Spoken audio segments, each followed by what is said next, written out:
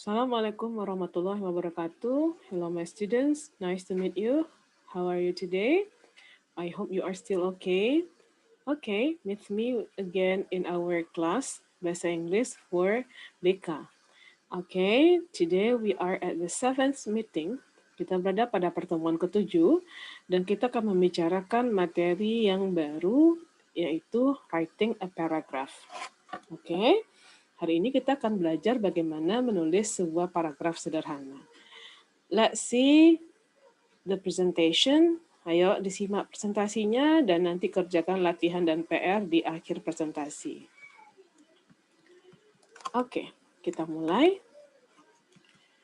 Pertama kita bahas dulu CPMK mata kuliah, yakni mampu memahami dan menguasai penulisan paragraf yang tepat secara kebahasaan dalam bahasa Inggris baik secara teoritis maupun praktis. Kemudian sub CPMK-nya adalah memahami bagian-bagian kalimat dalam sebuah paragraf, mampu merangkai kalimat utama, kalimat pendukung, dan kata penghubung menjadi kesatuan untuk membentuk paragraf, kemudian mampu melaksanakan proses menulis yang baik. Nah, sekarang untuk mampu memahami bagian kalimat sudah kita bahas sebelumnya ya, dan yang sekarang pun untuk memahami paragraf hanya sekedar review, tapi cara menulisnya yang mau kita fokuskan. Mari kita lihat. Kita review dulu konsep paragraf adalah satu kesatuan kalimat yang membahas sebuah topik. Jadi ingat, satu buah paragraf itu membahas satu buah topik. Sebuah paragraf terdiri dari kalimat utama, atau kita sebut topik sentence, kita sudah bahas, kalimat pendukung atau supporting sentence, dan kalimat penutup disebut concluding sentence. Masing-masing kalimat haruslah saling terkait satu sama lainnya. Nah, itu yang disebut dengan penghubungnya transition word.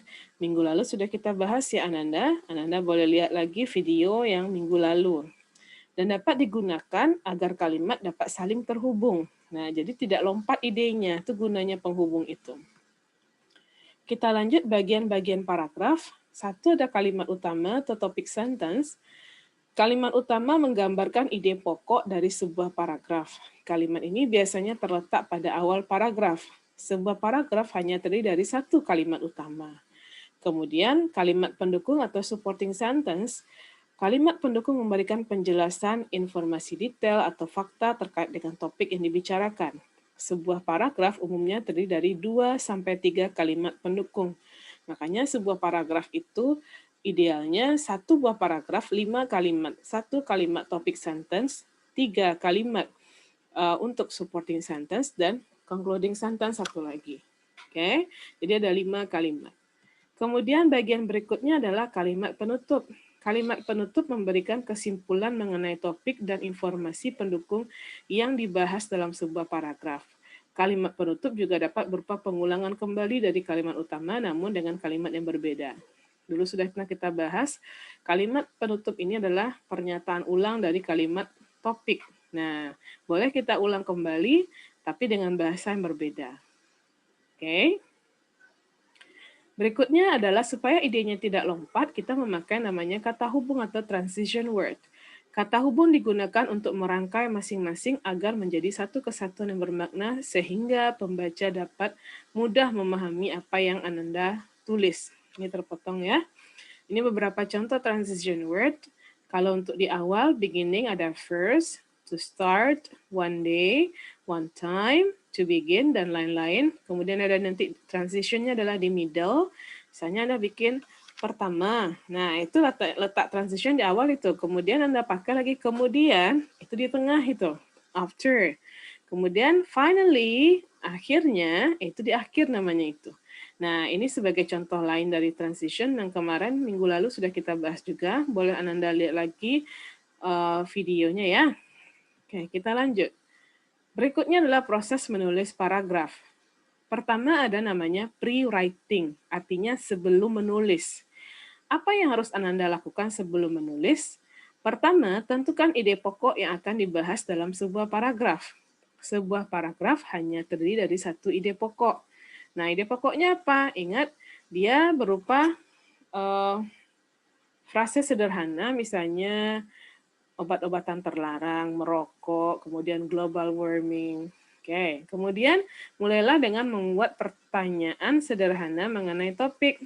Hal ini akan membantu untuk mencari tahu hal menarik apa yang dapat dibahas seputar topik. Misalnya, tadi Anda memilih mengenai smoking, merokok. Apa yang mau Anda bahas dari merokok itu? Apakah mau membahas kandungan yang ada di dalam rokok, atau membahas dampak negatif dari merokok? Nah, itu tergantung dari writernya. Ananda sendiri mau nulis apa. Jadi dari ide pokoknya adalah merokok, Anda bisa kembangkan nanti menjadi topik dan kalimat topiknya untuk menjadi seperti apa mau dibahas rokok itu. Oke. Kemudian baru kita masuk ke writing paragrafnya, menulis paragrafnya. Pertama, buat kerangka penulisan. Kerangka penulisannya apa yang dilakukan? Tentukan ide pokok, kemudian cari tahu fakta apa saja yang dapat menjadi ide pendukung dalam topik tersebut. Tulislah kalimat apa saja terkait dengan topik atau ide pokok dan ide pendukung. Kemudian tetap fokus pada ide pokok yang dibahas, sehingga kalimat yang dibuat dapat mendukung ide pokok. Kemudian gunakan kata hubung transition word untuk saling mengaitkan informasi dalam kalimat. Nah, ini saya berikan contoh ya. Nah, coba lihat topiknya adalah the effect of smoking, efek dari merokok. Nah, efek ini bisa kita bagi atas dua, bisa jadi ada positif, ada negatif. Nah, kalau kita menganggap point of view writer itu negatif, berarti topik sentence-nya adalah there are some disadvantages of smoking. Atau boleh diganti dengan there are some negative effect of smoking. Itu boleh. Nah, jadi disinilah nanti topik sentence inilah nanti yang akan mengukung kalimat pendukung Ananda. Jadi nanti kalimat pendukung supporting sentence ini atau supporting details harus merujuk kepada topik sentence. Ya, kita lihat supporting sentence-nya. Tidak boleh dia melenceng. Nah, first, smoking can cause lung cancer. First ini adalah transisi yang di awal. Smoking dapat menyebabkan kanker paru-paru. Nah, dukunglah dengan penelitian. Nah, itu tadi yang dibilang, kumpulkan sumber sebanyak mungkin. The research proved that 70% of smoke people died because of lung cancer. Penelitian menunjukkan 70% orang merokok meninggal karena penyakit kanker paru-paru. Nah, itu data pertama. Yang kedua, yang mengarahkan dia negatif atau disadvantages adalah in addition, tambahan lain, smoking also causes heart attack, dapat menyebabkan serangan jantung. It is supported by research. Ada research-nya juga. Nah, itu kedua dari supporting sentence merujuk kepada disadvantages of smoking. Jadi jangan melenceng dia. Nah, closing sentence atau conclusion bisa dibikin in conclusion, smoking is not good for our health. Ini ada yang salah dikit, A-nya hilang ya. Our health and it must be stopped.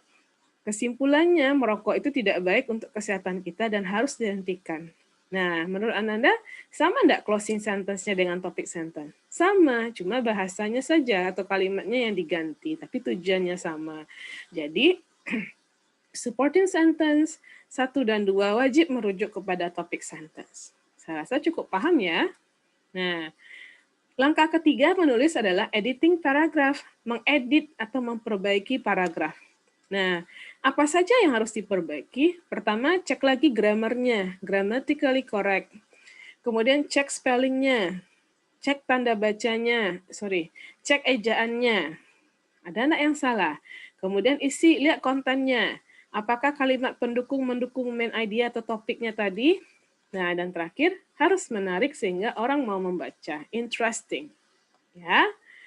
Oke, Miss rasa cukup untuk pemahamannya, untuk materinya. Ingat, yang menjadi poin pentingnya adalah pilihlah topik dan topik sentence yang baik, kemudian kalimat pendukungnya haruslah merujuk kepada topik sentence, kemudian jangan lupa menulis kalimat penutupnya atau concluding, dan satu lagi, perhatikan betul tata bahasa. Anda tidak perlu bikin kalimat yang rumit, bikin saja kalimat sederhana yang seperti kita pelajari di awal dulu. Oke, berikut latihannya. Pertama, latihannya adalah continue the paragraph below. Lanjutkan paragraf berikut. Saya mengambil judul topiknya adalah drugs. Topik sentence ini, S ini topik sentence. Drugs give negative effect for human being. Drug memberikan efek negatif bagi manusia. Silakan Anda lengkapi supporting detail 1, 2, 3 atau kalimat pendukung yang menyatakan memang negatif drugs itu. Anda boleh cari data dari manapun. Nanti simpulkan apa yang bisa Anda simpulkan dari cerita tersebut yang sama dia dengan topik sentence ini. Ya, untuk latihan. Dikerjakan di kertas lembar, fotokan, jangan lupa nama NPM, kirim ke e-learning, sebelum itu convert dulu ke Word or PDF. Nah, ini PR.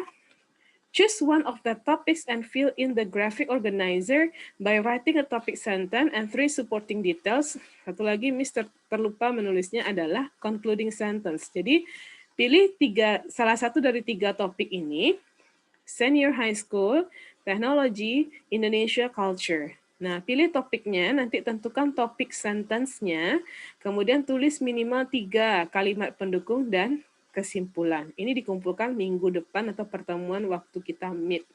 Ya. Okay, I think enough for your attention. Thank you very much. Forgive me if I have some mistakes.